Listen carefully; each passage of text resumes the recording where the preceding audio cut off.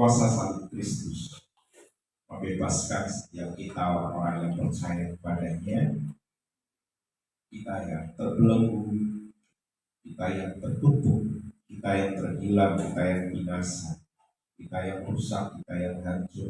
Oleh karena kuasa salib Kristus, kita diselamatkan dan kita dimerdekakan dalam Dia. Kita membuka Yesaya 53 ayat 1 sampai ayat yang ke-7.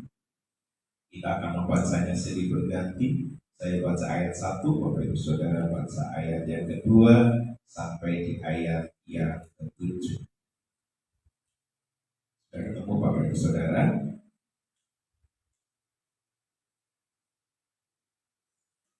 Yesaya 53 ayat 1 sampai ayat yang ke-7. Saya baca ayat 1, demikian firman Tuhan. Siapakah yang percaya kepada berita yang kami dengar, dan kepada siapakah tangan kekuasaan Tuhan dinyatakan? Ayat 2 bersama-sama. Sebagai tahu ia tumbuh di hadapan Tuhan, dan sebagai tunas dari tanah kering. Ia tidak tampan dan saraknya tidak ada, sehingga kita memandang dia, dan lupa pemuda sehingga kita menginginkannya. Ayat yang ketiga, ia dihina dan dihindari orang, seorang yang penuh kesengsaraan dan yang biasa menderita kesakitan. Ia sangat hina sehingga orang menutup mukanya terhadap dia, dan bagi kita pun dia tidak masuk hitungan. Ayat yang keempat. Tetapi sesungguhnya penyakit kita yang dialaminya, dan kesengsaraan kita yang dipikirkan. Padahal kita mengira dia telah berubah, dipukul dan ditindas Allah. Tetapi dia tertikam oleh karena pemberontakan kita, dia diremukkan oleh karena kejahatan kita. Ganjaran yang mendatangkan keselamatan bagi kita ditimpakan kepadanya, dan oleh bilur-bilurnya kita menjadi sembuh. Ayat yang ke-6. Kita sekalian sesat seperti domba, masing-masing kita mengambil jalannya sendiri. Tetapi Tuhan telah menimpakan kepadanya kejahatan kita sekalian. Ayat 7 bersama-sama. Dia dianiaya, tetapi dia membiarkan dirinya ditindas, dan tidak membuka mulutnya seperti anak domba yang dibawa ke pembantaian, seperti induk domba yang keluh di depan orang-orang yang menggunting bulunya. Ia tidak membuka mulutnya. Kita baca ayat yang kelima bersama-sama untuk menjadi perenungan kita hari ini. Ayat 5, 1, 2, 3. Tetapi dia tertikam oleh karena pemberontakan kita, dia diremukkan oleh karena kejahatan kita. Ganjaran yang mendatangkan keselamatan bagi kita ditimpakan kepadanya, dan oleh bilur-bilurnya kita menjadi sembuh. Katakan amin. Puji Tuhan. Bapak Ibu Saudaraku yang dikasihi Tuhan, perenungan kita hari ini saya beri tema, ada ini ya tulisnya, ada PowerPoint ini ya. Diberi tema kuasa salib Kristus. Katakan ke samping kanan kirimu, kuasa salib Kristus. Kebanggaan kita sebagai orang percaya adalah salib. Karena di dalam salib itu kunci dari kebebasan kita. Karena memang salib juga tidak bisa dipisahkan dengan kebangkitan. Tetapi kunci khusus untuk salib adalah jalur di mana kita orang yang berdosa bisa kembali dipulihkan dalam seluruh aspek hidup kita.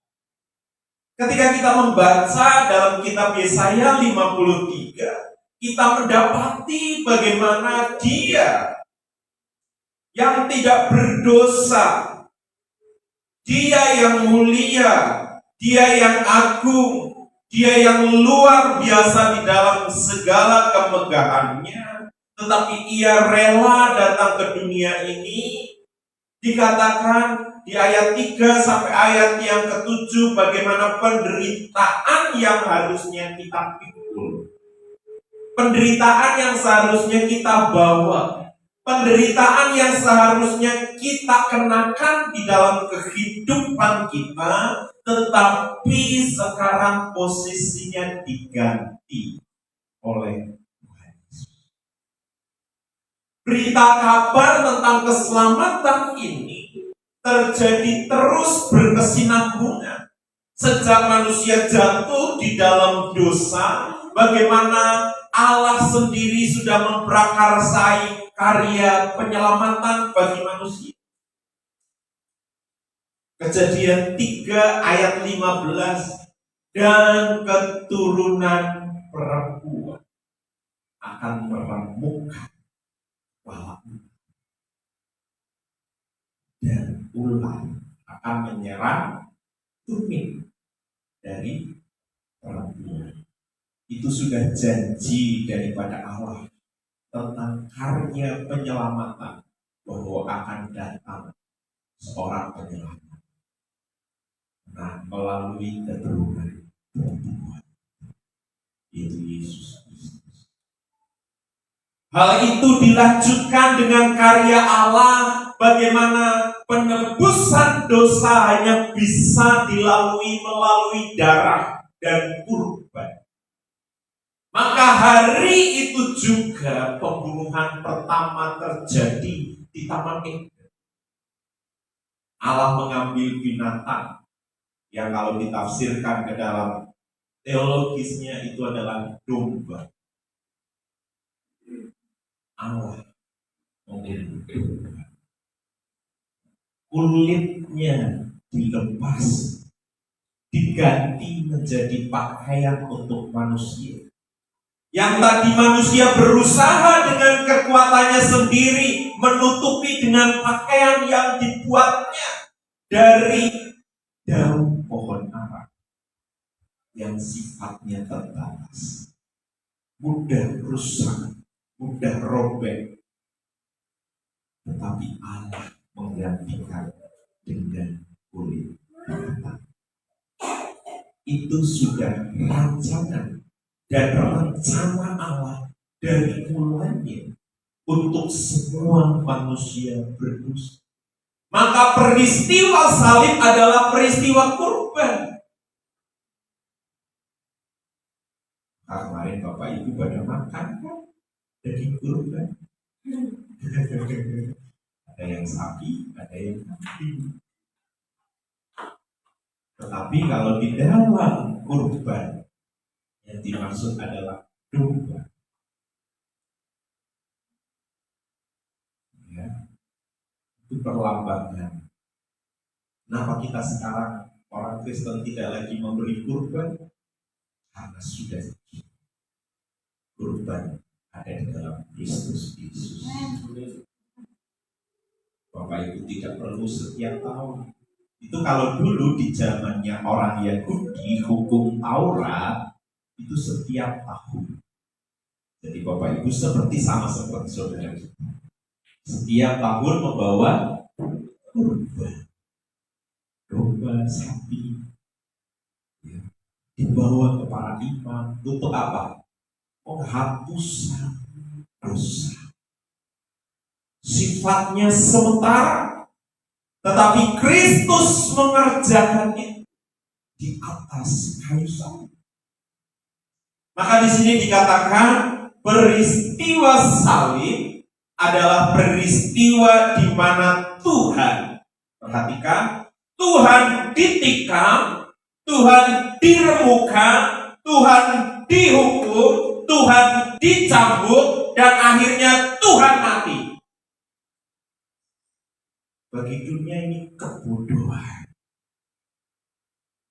Tuhan kok ditikam? Katanya Tuhan. Tuhan kok diremukkan? Katanya Tuhan. Tuhan kok dihukum? Katanya Tuhan. Tuhan kok dicambuk? Katanya Tuhan. Tuhan kok mati? Maka bagi orang luar salib adalah kebodohan. Tetapi bagi orang percaya salib adalah kebenaran. Salib harus dipikul oleh Kristus Yesus. Tanpa salib diselesaikan oleh Kristus, Tidak ada. Orang melihat salib adalah peristiwa yang memalukan. Masa ada Tuhan di atas kayu salib, dipaku tanpa ada perlawanan? Masa ada Tuhan di atas kayu salib sana, tidak ada sesuatu kemuliaan yang dinyatakan? Sepertinya kuasanya sepi. Tidak ada sesuatu yang mulia yang terjadi. Karena memang peristiwa salib adalah peristiwa di mana seluruh dosa dunia dan segala unsur kerusakan dari dosa ditimpakan manusia. Hankam, baik yang ringan maupun yang berat, sama-sama mengerikan. Orang kalau sudah kena kanker harus membersihkan akar-akar kanker itu susah. Apalagi kalau sudah menjadi. Begitu juga dengan dosa. Dosa, kalau sudah ada dalam diri manusia, unsur dosa akan sangat sulit untuk diobati dan disembuhkan. Dan tidak bisa ada seorang pun yang bisa mengobati dosa. Hanya Yesus Kristus satu-satunya. Maka letak kebahagiaan kita sebagai orang percaya. Rasul Paulus berkata, kebanggaan rasa. Sekalipun ketika kita bangga dengan salib, Bapak Ibu Saudara akan mengalami aniaya. Ketika Bapak Ibu Saudara bangga dengan salib, Bapak Ibu Saudara akan mengalami banyak hal yang tidak menyenangkan. Karena memang salib itu sesuatu yang sulit, berat, dan isinya adalah penderitaan. Dan cawan itu sudah diminum oleh Dia menyelesaikannya di atas kayu salib. Maka sebelum Yesus disalibkan, Dia bergumul di Taman Getsemani. Di sana Dia berdoa, di sana Dia berlutut, di sana Ia melakukan negosiasi. Jikalau mungkin cawan ini lalu daripadaku, biarlah lalu. Tapi bukan kehendakku, melainkan kehendak Bapa di surga. Jadi peristiwa salib adalah peristiwa di mana Tuhan benar-benar menggantikan. Seharusnya saya dan Bapak Ibu Saudara yang ditikam, tetapi Tuhan. Seharusnya saya dan Bapak Ibu Saudara yang diremukkan perasaan, diremukkan pikiran, diremukkan jiwanya, diremukkan seluruh aspek hidupnya, tetapi Tuhan menggantikan posisi kita. Bagaimana segala bentuk ketakutan Dia pikul, segala kelelahan Dia pikul, segala kesakitan Dia pikul. Dia rasakan segala sesuatunya untuk satu tujuan, untuk menggantikan posisi saya dan Bapak Ibu Saudara. Seharusnya di ayat kelima dikatakan seharusnya kita yang dihukum, tetapi Dia menggantikan hukuman kita. Seharusnya kita yang dicambuk, tetapi Tuhan yang menggantikan posisi kita.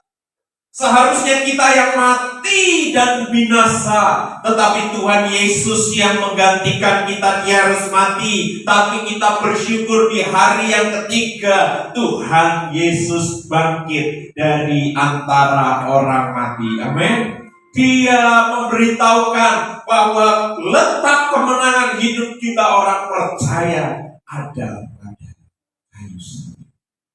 Jadi bersyukurlah Bapak Ibu Saudara atas salib yang sudah Kristus kerjakan dalam hidup kita. Maka hari ini kita mau bersama merenungkan tentang kuasa salib Kristus. Apa dampak salib Kristus bagi kita?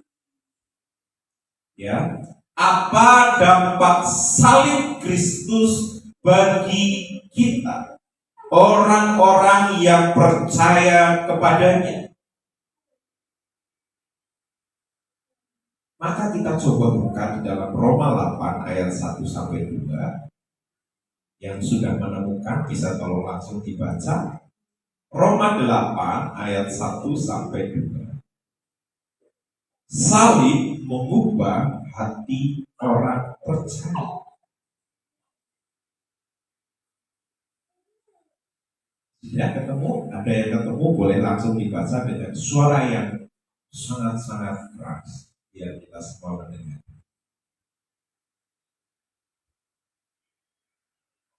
Roma 8 ayat 1-2.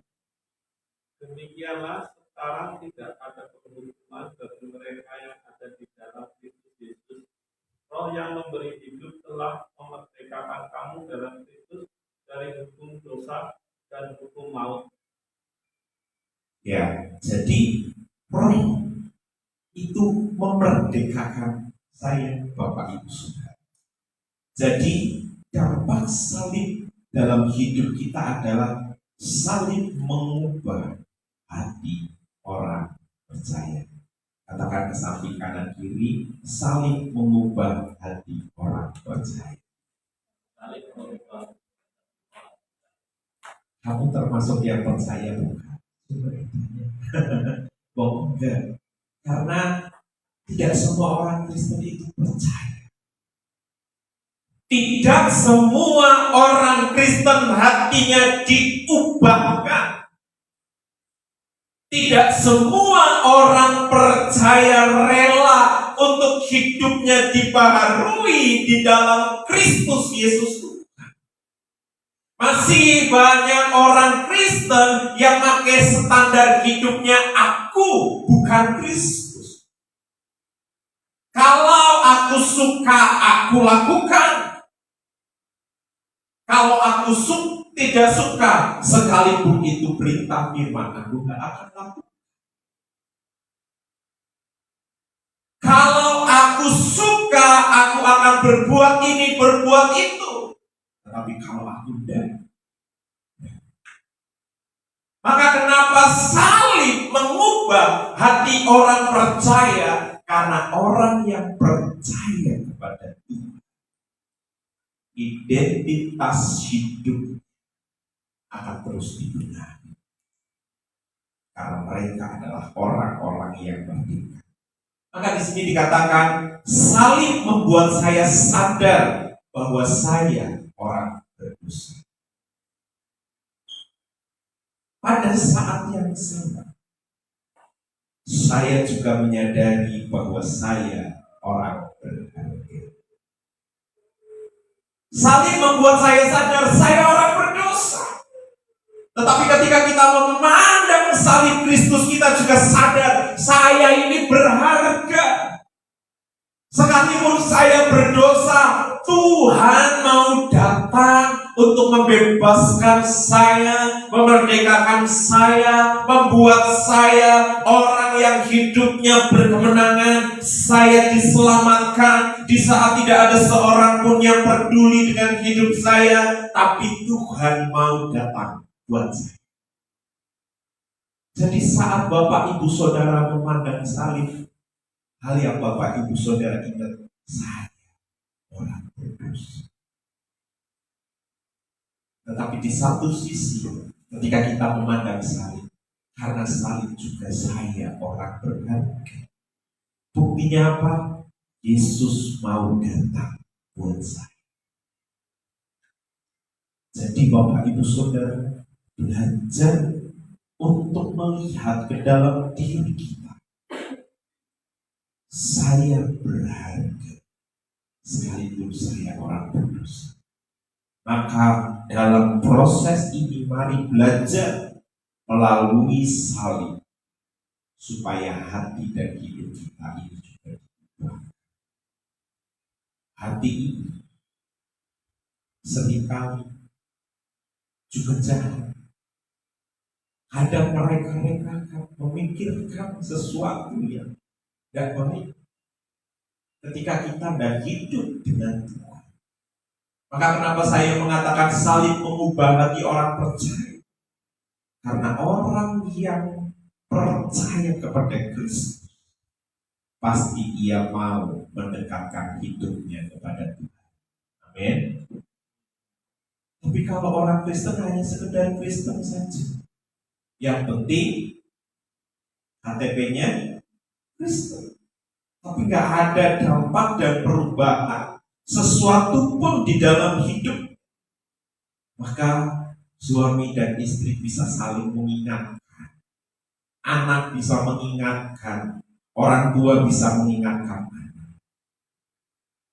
Maka ingatkan ketika mereka melakukan suatu pelanggaran, kesalahan, ketika mereka tidak berjalan di dalam rencana Tuhan, kita bisa saling mengingatkan. Karena kuasa salib Kristus sanggup untuk mengubah hati orang yang percaya. Orang berkata hati itu kalau sudah keras, itu susah untuk dilembutkan. Padahal setiap kita datang kepada Tuhan, firman berkata lembutkanlah hati. Bapak Ibu Saudara menyiapkan hati saat datang ibadah ke tempat ini sudah dari rumah. Bukan di tempat ini Bapak Ibu Saudara menyiapkan hati. Bahkan kalau orang yang terus dewasa di dalam Tuhan, hari Minggu itu sudah ada di pikiran, sekalipun Bapak Ibu Saudara baru masukin hari Senin. Hari Senin Bapak Ibu Saudara kerja, saya lakukan yang terbaik. Karena saya adalah kurban. Saya rindu di hari Minggu memberikan kurban hidup yang terbaik. Hari Selasa juga sama. Hidup saya adalah kurban. Apa yang saya kerjakan, apa yang saya lakukan, saya akan lakukan yang terbaik untuk Tuhan. Hari Rabu, hari Kamis, hari Jumat, hari Sabtu sudah siap. Bapak Ibu Saudaraku yang dikasihi Tuhan, ketika kita melakukan itu dengan kesungguhan hati kepada Tuhan, di sanalah dampak perubahan besar terjadi. Kadang pikiran jahat sebagai seorang manusia adalah, kalau saya berubah menjadi baik, seperti firman minggu lalu, nanti kebaikan saya dimanfaatkan. Tidak akan pernah mungkin orang memanfaatkan kebaikan kita, tapi Tuhan selalu menghitung kebaikan kita. Apa yang kita buat pasti Tuhan akan balaskan atas setiap kehidupan kita. Baik itu Tuhan balaskan di bumi ini maupun nanti ketika kita ada di surganya yang mulia. Maka kerjakanlah dampak perubahan di dalam hati kita. Hati kita yang kemarin-kemarin jahat, sekarang kita mau mulai ubah. Untuk kita memiliki hati seperti hati Kristus. Hati Kristus adalah hati yang paling baik. Bisa kita lihat dia sudah dianiaya, disiksa orang-orang yang dekat dengan dia, yang dia layani. Dia dihianati. Ya, dia sudah melakukan hal yang terbaik. Simon Petrus menyangkali Yesus, tapi kita melihat bagaimana hati Yesus ketika dia bangkit, dia kembali datang kepada mereka, memulihkan setiap hati, mengasihi setiap mereka. Ia rela kembali datang, mendatangi satu persatu, mempertanyakan kepada mereka tentang kondisi keadaan mereka. Seharusnya kalau dalam kondisi sebagai manusia, Yesus akan mempertanyakan, kenapa sih Petrus? Kemarin kamu menyangkali aku. Tapi Yesus tidak mempertanyakan. Tetapi ia yang bertanya, Simon Petrus, apakah engkau mengasihi? Maka kuasa salib Kristus yang pertama adalah mengubah. Yang tadi sulit untuk mengampuni, kita terus belajar untuk mengampuni. Yang tadi suka dan cepat untuk menyimpan kesalahan orang lain. Kita mulai belajar untuk melepaskan, menanggalkan itu. Yang tadi hatinya mudah tersinggungan, sekarang ketika kita sudah percaya kepada Kristus, kita tidak lagi mudah tersinggungan. Ketika dulu hati kita mudah sekali untuk terluka hanya dengar perkataan orang. Ya, maaf kata persis. Ada saya suka bercanda sama William. Ya William, saya bilang, Will, kamu harus pulih dengan hati. Sekalipun orang berkata apapun tentang fisik, kamu bilang kamu berharga di hadapan Tuhan. Jangan minder dengan fisik. Ya, jadi belajar. Kalau enggak, tersinggung.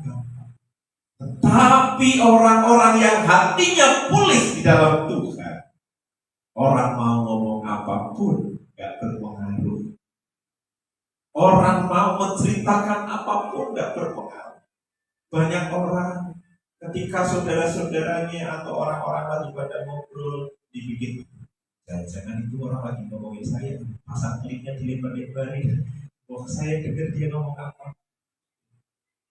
Ya, orang membicarakan kita. Kalau kita sudah hidup benar di dalam perubahan seturut dengan firman. Itu yang pertama. Kuasa salib Kristus mengubahkan hati orang percaya. Yang kedua, apa dampak salib bagi kita? Yang kedua, dampak salib adalah penyerahan diri. Siapa di sini yang hidupnya suka memberontak? Kalau diomongin sesuai dengan firman Tuhan, lama kalau menurut firman Tuhan, ya, gak enak. Buat perasaan dan hati saya, ya, saya gak mau berubah. Salib adalah penyerahan diri. Maka salah satu pelajaran penyerahan diri yang sederhana adalah bersujud di hadapan Tuhan. Orang bersujud di hadapan Tuhan untuk berdoa, duduk membaca merenungkan firman, itu adalah hal yang paling sulit. Orang selalu berkata bahwa ketika kita melihat televisi, ngobrol dengan orang, melihat handphone, kita bisa menghabiskan waktu berlama-lama. Ini baru belajar dalam hal ini. Belum nanti ketika kita belajar tentang kehidupan kita akan mendapat perlakuan yang tidak adil, kita akan mendapat perlakuan yang tidak menyenangkan hati kita. Kalau kita tidak berserah diri kepada Tuhan, maka pemberontakan yang akan terus terjadi di dalam hidup kita. Belajar penyerahan diri yang sederhana, kita bisa belajar dari seorang Daud. Hidupnya dipenuhi dengan penyerahan diri yang total kepada Tuhan. Di dalam proses hidup yang ia alami, Daud selalu belajar untuk berserah kepada Tuhan. Penyerahan diri inilah yang akhirnya membuat Daud menjadi orang yang luar biasa, dipakai dan diberkati oleh Tuhan. Kadang ketika kita berserah diri sama Tuhan, rasa-rasanya kok gak nyaman, rasa-rasanya kok gak enak ya. Selalu kalah enak gak? Kita punya kekuatan, punya power untuk melawan, tapi disuruh Tapi Bapak Ibu Saudara, di dalam penyerahan diri kita melihat bagaimana Daud yang sudah diurapi oleh Samuel menjadi raja ya. Baik. Ketika dia sudah diurapi Bapak Ibu, apakah dia jadi langsung menjadi seorang raja? Dia ikut prosesnya Tuhan. Dia datang ke medan pertempuran. Dia belum jadi apa-apa. Hanya diperintah sama bapaknya mengantarkan bekal untuk kakak-kakaknya. Dia lihat pertempuran itu. Bangsa ini akan kalah. Mereka semua ada dalam ketakutan. Tapi Daud menyadari betul penyerahan dirinya kepada Tuhan. Aku maju berperang. Maka di sana dikatakan, Goliat berkata, engkau mendatangi aku dengan tongkat. Maka Goliat berkata, anjingkan aku, sehingga kau mendatangi aku dengan tongkat. Tapi apa yang Daud katakan, orang yang berserah diri kepada Tuhan, di dalam hati dan mulutnya ada firman yang terisi. Katakan amin. Itu ciri-ciri orang yang hidupnya belajar berserah diri kepada Tuhan. Dalam semua keadaan, yang keluar dari mulut bibirnya adalah firman. Apa yang terjadi? Dia berkata, ya memang aku hanya punya Allah yang akan berperang hari ini. Dan hari ini juga nyawamu akan diserahkan Tuhan dalam tangan. Dalam ketakutan yang keluar dari mulutnya adalah firman. Apalagi saat disakiti, saat dikecewakan, Daud berperang menang terus. Saul iri hati, tetapi Daud masih tetap bisa melayani Saul. 3 kali kesempatan Daud akan dibunuh oleh Saul. Bukan akan, tapi sudah berapa kali dilempar tombak oleh Saul, tapi meleset terus karena Tuhan menyertai kehidupan orang yang berserah diri kepada Tuhan. Amin.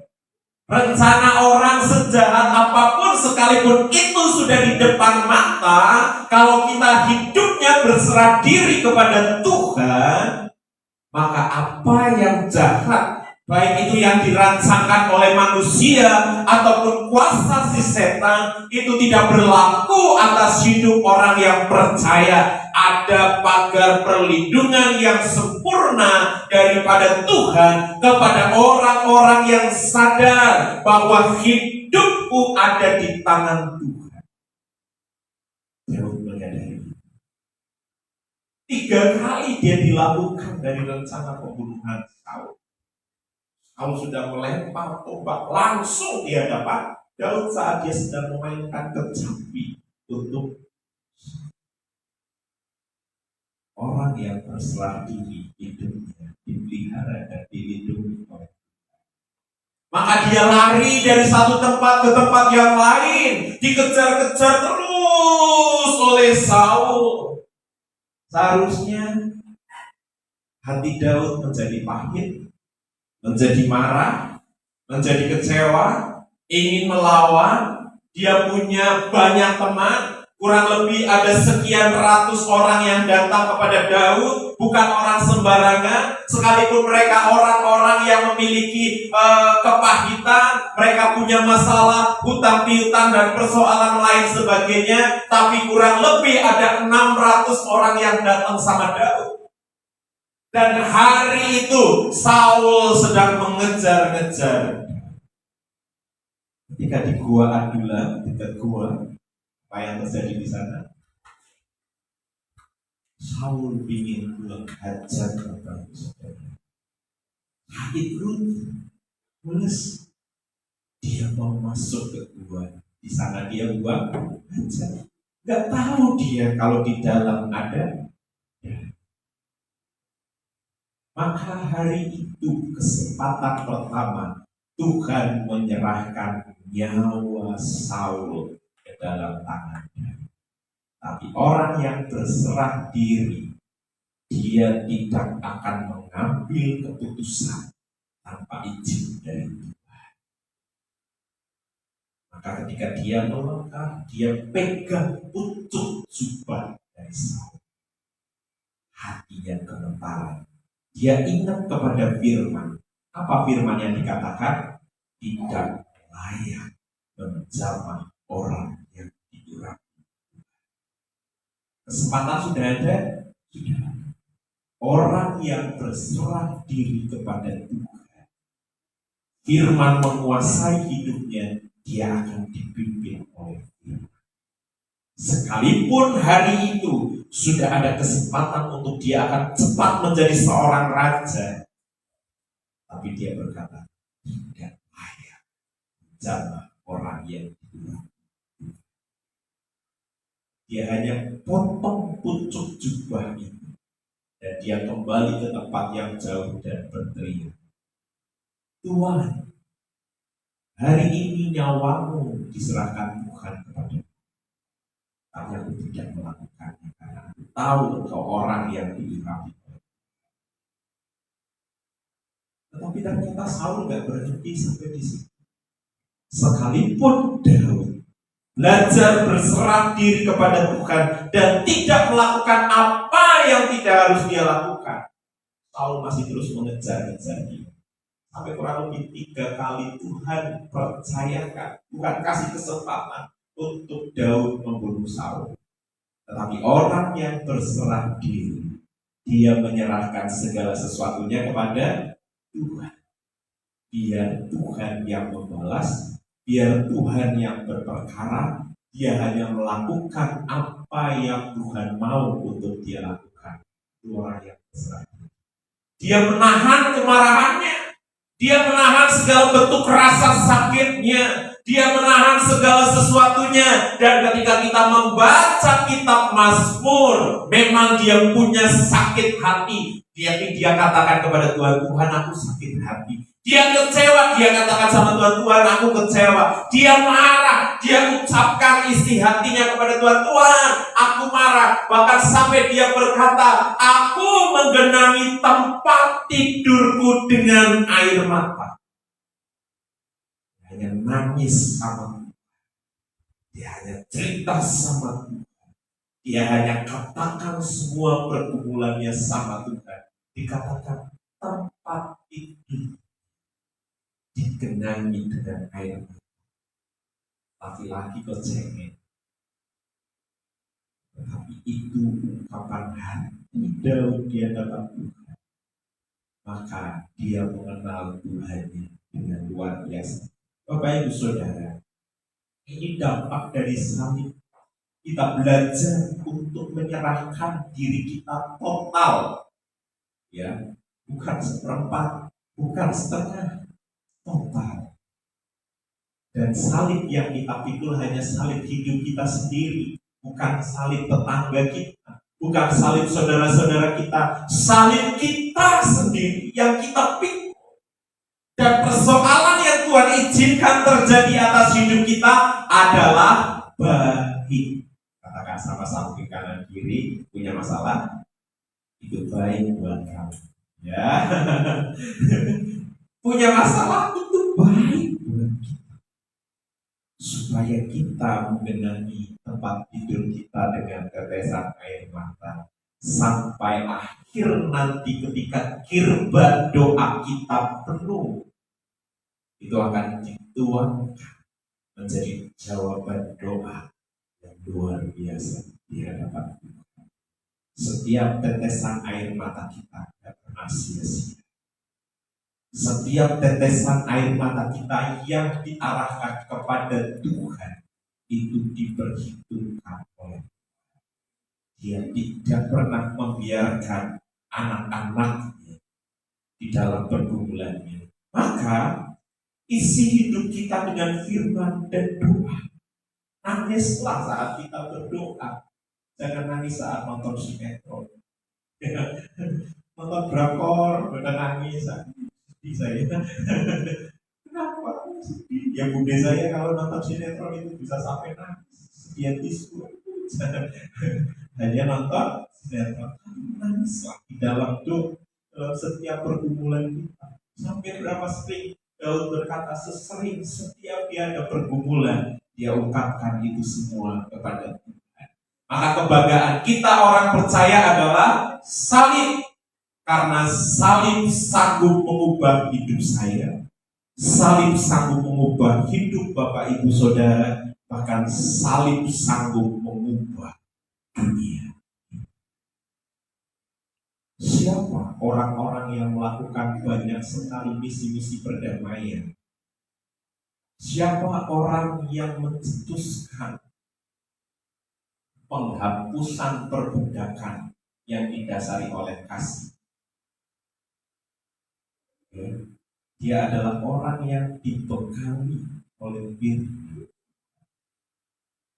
Kalau kita membaca sejarah-sejarah orang-orang yang membawa perubahan, mereka adalah orang-orang yang dibekali dengan firman. Pak Abraham Lincoln, pernah dengar? Presiden pertama kulit hitam. Ya. Dia bisa seperti itu. Kenapa? Dia dari kecil hanya seorang anak keluarga miskin. Ketika orang tuanya mati, nggak punya warisannya Alkitab satu-satunya. Dan dia hanya membolak-balik membaca Alkitab. Maka ada satu kerinduan untuk dia mengubah hidupnya dan dunianya, di mana terjadi diskriminasi antara orang kulit hitam dan orang kulit putih. Berapa kali dia mencalonkan diri menjadi presiden, gagal. Kurang lebih 14 kali dia mencalonkan diri menjadi seorang presiden. Nanti kita melihat, akhirnya dia menjadi seorang presiden dan melakukan terobosan yang luar biasa. Bekal firman yang orang tua bawa dalam hidupnya membawa dia menjadi orang yang luar biasa. Jadi dampak salib yang kedua adalah penyerahan diri. Yang ketiga, dampak salib bagi kita, salib adalah awal dari kemuliaan dan kebangkitan. Filipi 3 ayat yang ke-10 dan 11, boleh yang sudah ketemu dibacakan. Filipi 3 ayat 10 dan 11. Ya. Yang sudah ketemu tolong dibaca dengan keras. Filipi 3 ayat 10 dan 11. Yang engkau hendaki ialah mengenal dia daripada kebangkitannya dan persekutuan dalam penderitaannya, di mana aku menjadi serupa dengan dia dalam kematiannya, supaya aku akhirnya beroleh kebangkitan dari antara orang. Amin. Yang aku kehendaki ialah mengenal dia dalam kuasa apa tadi? Dalam kuasa kebangkitan. Jadi yang ketiga, dampak dari salib. Salib adalah awal dari kemuliaan dan kebangkitan. Jadi Bapak Ibu Saudaraku yang dikasihi Tuhan, yang harus kita lakukan hari-hari ini dalam hidup, pikulah salib yang Tuhan beri dalam hidup. Salib kita beda-beda. Ya, salib kita masing-masing. Kita semua punya salib, penderitaan, kesulitan, dan lain sebagainya di dalam hidup kita. Kelemahan, keterbatasan. Bapak Ibu Saudara tahu salibnya Bapak Ibu Saudara semua. Pikulah itu dan berjalanlah dengan Yesus. Yesus berkata apa? Belajarlah kepada. Pikulah kuk yang kupasang dan belajarlah kepadaku. Sebab apa dikatakan? Kuk yang kupasang itu dan ringan dan berat. Kalau di kampung kami itu kalau lagi musim membaca, Ya, kalau membajak sawah, kalau sekarang sudah modern pakai traktor. Tapi zaman dulu itu menggunakan sapi. Ya, sapinya ada dua. Biasa sapi yang ada di sebelah kanan, ya, itu sapi yang sudah mati, yang sudah biasa untuk membaca. Ya, jadi ada dua sapi. Jadi diibaratkan Yesus kita berjalan bersama dengan dia. Dia sebagai senior yang sudah ahli, di mana beban itu ditumpukan kepadanya. Sedangkan kita sapi junior yang masih belajar, ya, biasanya sekalipun kita dipasangku, tetapi sapi yang junior itu gak begitu berat narik bebannya karena dia hanya mengimbangi sapi senior. Jadi tidak berat. Maksudnya apa? Maksudnya adalah kita belajar bagaimana Yesus hidup memikul salib dunia dibanding dengan kita hanya memikul salib kita sendiri. Bagaimana kita mendandani manusia rohani kita setiap hari itu seperti salib yang berat. Bapak Ibu Saudara harus bangun pagi hari hanya untuk membaca firman, berlutut dan berdoa. Salib. Buat orang yang tidak pernah melakukannya itu berat. Bangun pagi baca firman itu berat. Sudah baca firman, merenungkan firman, tahu firman. Oh, hari ini saya harus melakukan firman Tuhan berkata hari ini saya harus mengaku. Berat ya. Pikul salib. Ampuni. Seperti apa yang firman Tuhan katakan. Kalau itu berbicara tentang dosa kita, tinggalkan dosa kita. Sekalipun itu susah, minta Roh Kudus menolong kita. Apalagi pergumulan hidup, kita melihat, jangan takut, jangan khawatir. Pikul salib kita untuk mengambil keputusan. Aku tidak takut dan aku tidak. Ketika kita melihat segala kelemahan, keterbatasan kita membaca firman, apa yang firman hari ini katakan kepada kita, lakukan itu. Dosa. Tapi kalau orang percaya tidak tahu tentang ini, ya hidup dijalani hanya sekedar hidup saja. Maka disalib itulah awal dari kemuliaan. Karena kita berjalan dengan Tuhan. Jadi ada 3 dampak salib bagi hidup kita, orang-orang yang percaya. Yang pertama, salib mengubah hati kita. Yang kedua, salib mengajar kita untuk hidup di dalam penyerahan diri. Dan yang ketiga, mengajak kita di dalam salib itulah awal dari kemenangan hidup kita. Maka ketika kita memandang salib Kristus, di sanalah kita melihat seharusnya aku yang di sana. Tetapi aku bersyukur karena Engkau menggantikan posisiku. Sekarang aku hidup di dalam anugerah. Saya undang pemain musik untuk maju ke depan.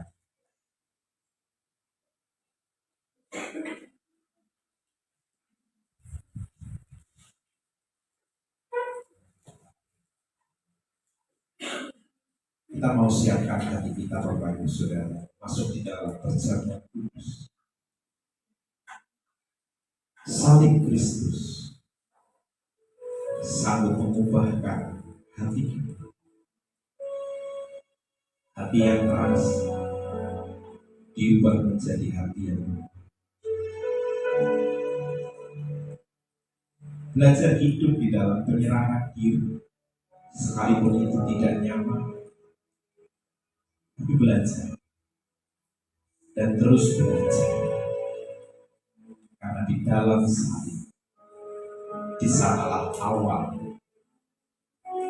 dari kemuliaan Tuhan akan dinyatakan. Matikanlah setiap keinginan dan kita. Kadang ketika kita melihat, kita belajar mematikan daging. Kita melihat seperti kita ini orang lemah, orang yang tidak berdaya, orang yang kalah.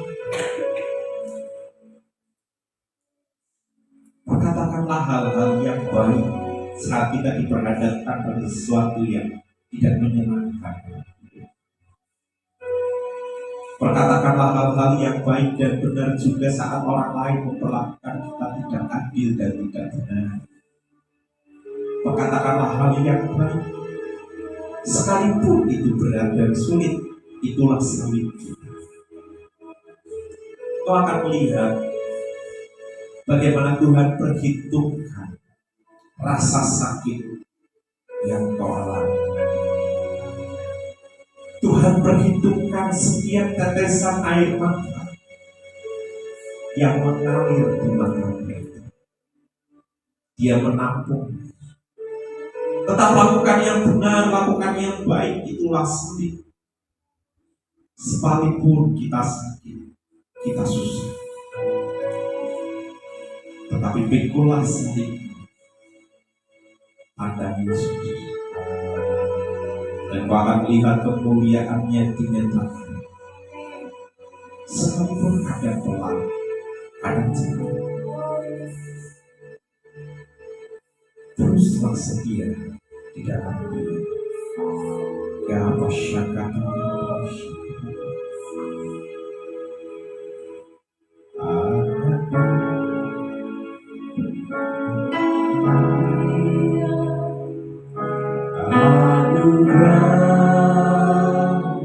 tercurah, Kau berikan kami hidupmu sebagai dosaku lebih dari aku. Amin. Yang ku kira